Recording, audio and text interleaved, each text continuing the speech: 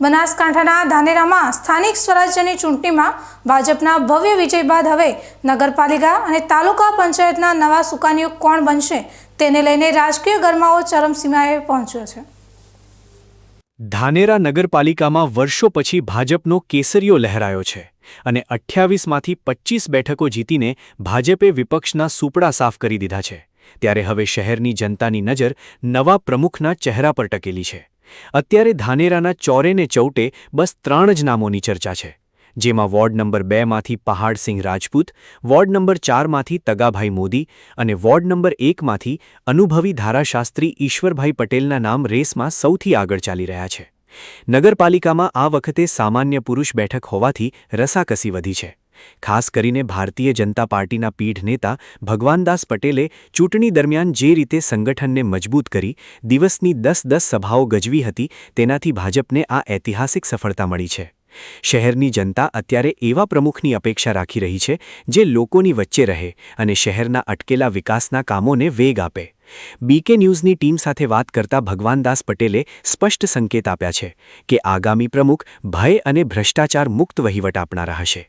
તમામ 25 વિજેતા ઉમેદવારોએ પણ પક્ષના શિસ્તને વળગી રહીને પ્રદેશ સંગઠન જે નક્કી કરે તે નામ સ્વીકારવાની તૈયારી બતાવી છે। હવે જોવાનું એ રહેશે કે સંગઠન જાતિગત સમીકરણો અને અનુભવમાં કોના પર પસંદગીનો કળશ ઢોળે છે, કારણ કે ધાનેરા નગરના આદર્શ વિકાસ માટે આ પસંદગી ખૂબ જ મહત્વની સાબિત થવાની છે। આ વખતે સ્થાનિક સ્વરાજની ચૂંટણીમાં ધાનેરા નગરપાલિકામાં છેલ્લા કેટલાય 16 વર્ષથી ભારતીય જનતા પાર્ટીનું શાસન નહોતું। લોકોને કામ માટે ખૂબ જ અગવડતા પડતી। આ વખતે લોકોએ મન મનાવીને ભારતીય જનતા પાર્ટીની સરકાર ઉપર અને ભારતીય જનતા પાર્ટીના ઉમેદવારો ઉપર જે વિશ્વાસ મૂકીને 28માંથી 25 ઉમેદવારો ભારતીય જનતા પાર્ટીના શહેરમાં જીતાડ્યા છે। તે બદલ પ્રથમ તો ધાનેરા શહેરની તમામ મતદાર ભાઈઓ અને બહેનોનો હું ખૂબ ખૂબ આભાર માનું છું। ચૂંટણીની પ્રક્રિયા પ્રથમ પૂરી થઈ।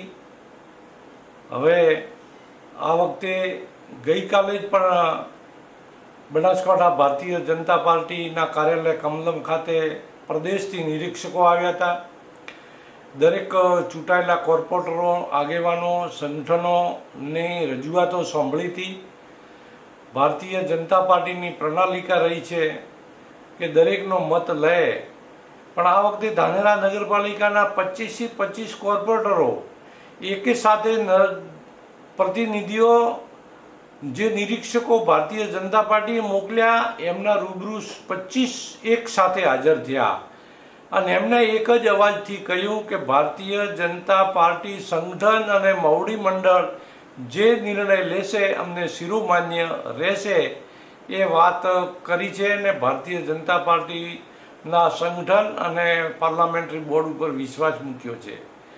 ભારતીય જનતા પાર્ટીનો જે પણ પ્રમુખ બનશે એ ભય, ભૂખ ને ભ્રષ્ટાચારથી પર રહીને આ ધાનેરા નગરની જે મુખ્ય સેવાઓ છે, લોકોની ઘર સુધીની જે કંઈ પ્રશ્નો છે, પડતર પ્રશ્નો છે, એની વાચા આપશે અને શુદ્ધ વહીવટ, ભ્રષ્ટાચાર વગરનો વહીવટ, લોકાભિમુખ વહીવટ પ્રજાને આપશે એવી અમને ખાતરી છે।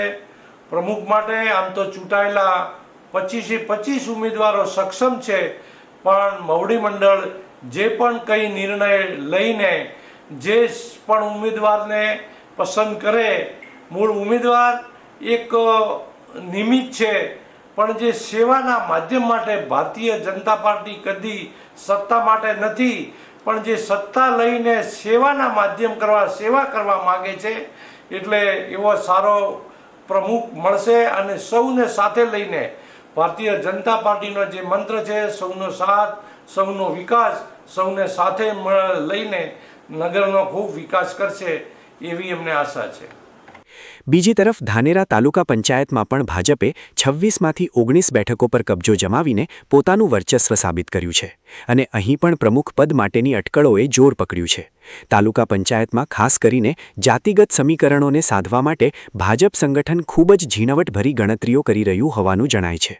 જો નગરપાલિકામાં પટેલ કે ચૌધરી સમાજને પ્રતિનિધિત્વ મળે તો તાલુકા પંચાયતમાં ક્ષત્રિય સમાજમાંથી પ્રમુખ બનાવવામાં આવે તેવી પૂરેપૂરી શક્યતા છે. અત્યારે તાલુકા પ્રમુખની રેસમાં શિયા, થાવર અને ખીમત સીટ પરથી વિજેતા થયેલા ઉમેદવારોના નામ મોખરે ચાલી રહ્યા છે. તાલુકા ભાજપ પ્રમુખ રમેશભાઈ રોજેના નેતૃત્વમાં જે રીતે ગ્રામીણ વિસ્તારોમાં લોકસંપર્ક કરીને ભાજપને જીત અપાવી છે તે જોતા સંગઠન હવે એવા ચહેરાને પ્રમુખ બનાવશે જે માત્ર હોદ્દા પર બેસી ન રહે પણ ગ્રામીણ પ્રજાના પાયાના પ્રશ્નો ઉકેલે. ખેડૂતો અને પશુપાલકોની સમસ્યાઓ સમજતા હોય તેવા સક્ષમ નેતાને પ્રમુખ બનાવવા માટે હાલમાં કવાયત તેજ બની છે. રમેશભાઈ રોજે પણ વિશ્વાસ વ્યક્ત કર્યો છે કે સંગઠન જે આખરી મોહર મારશે તે તાલુકાના હિતમાં હશે અને પ્રમુખની પ્રાથમિક જવાબદારી ઓફિસમાં બેસીને લોકોના પ્રશ્નોના નિરાકરણ લાવવાની રહેશે. આગામી વિધાનસભાની ચૂંટણીને ધ્યાનમાં રાખીને પણ આ પસંદગીમાં જ્ઞાતિ જાતિના સમીકરણોને ખાસ મહત્વ આપવામાં આવી રહ્યું છે જેથી તાલુકાભરમાં ભાજપનું સંગઠન વધુ મજબૂત બની શકે. પાર્ટીની સ્થાનિક સ્વરાજની ચૂંટણીમાં ધાનેરા તાલુકાની પ્રજાજનોને મતદારોએ જે ભારતીય જનતા પાર્ટીના વિકાસના કામો અને ભારતીય જનતા પાર્ટી જે મોદી સાહેબનું વિઝન છે અને જે કામ કરી રહ્યા છે એને વિશ્વાસ માનીને બહુ સરસ તાલુકા પંચાયત અને જિલ્લા પંચાયત 5-5 જીતી ગયા છીએ અને 19 આપણી તાલુકા પંચાયત જીતી ગયા. તો પહેલાં તો આપ સૌ મતદાર ભાઈઓનો ખૂબ ખૂબ આભાર માનું છું. સાથે સાથે અત્યારે અમારી તાલુકા પંચાયત બની છે અને જિલ્લા પંચાયત બંને બનાસકાંઠામાં બની છે ત્યારે અમારી ભારતીય જનતા પાર્ટીના સંગઠનના નિયમો અનુસાર તમામ તાલુકા ડેલિગેટોના ચડોતર બનાસકમલમ ખાતે સેન્સ લેવામાં આવ્યા છે અને ભારતીય જનતા પાર્ટીનો જૂનામાં જૂનો કાર્યકર્તા જેને ભારતીય જનતા પાર્ટી માટે વર્ષોથી ભોગ આપ્યો છે જ્યારે ભારતીય જનતા પાર્ટી માટે કાયમ ખડે પગે સૈનિકની જેમ ઊભો રહ્યો છે એવા પ્રમુખની પસંદગી થશે અને અમારા ભારતીય જનતા પાર્ટીનું સંગઠન ખૂબ વિચાર વિમર્શ કરી અને પ્રજાજનોને સુખાકારી માટે મથે અને પ્રજાજનોને વિશ્વાસમાં લઈને 5 વર્ષ ચાલે એવા પ્રમુખની પસંદગી કરવામાં આવશે. શું નામ ચાલે કોઈ હોય તો અત્યારે નામની અંદર ભારતીય જનતા પાર્ટીના તમામ અમારા 19 ડેલિગેટોને ત્યાં રૂબરૂ બોલાવેલા, ત્યાં સામાન્ય પુરુષ સીટ પ્રમુખ તરીકે આવેલી છે.